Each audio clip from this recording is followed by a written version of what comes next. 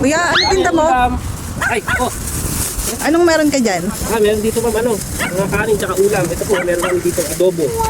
Adobo, sarap niya na. Magkano yan? Ito, 20 lang po, 20. Ang mura naman. Opo, mura po dito. Kasi Masarap dito, ba yan? Masarap po ito. Best seller po namin ito. Kasi dito sa isla, marami po din talaga nagluluto. Murang mga. Opo, meron pa kaming meron pa po ito, itlog na maalat, tsaka combo na po ito. Sarap yan. Magkano yan? Ito, itlog na maalat, isa, tsaka kamatis. 20 lang din po, 20 lang.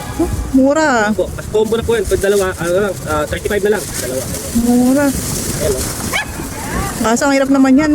Wala kaming kanin. May kanin ka ba dyan? Kanin, meron din po. May kanin po kami dito, kaya lang medyo, ito po, medyo may kamahalan ng kanin dito. Kasi gawa nang nasa isla po tayo, medyo malayo ang sakahan. Ito, meron din po kanin dito.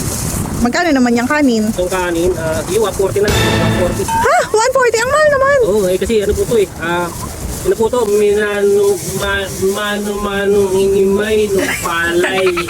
So po, kaya medyo may kamahalan.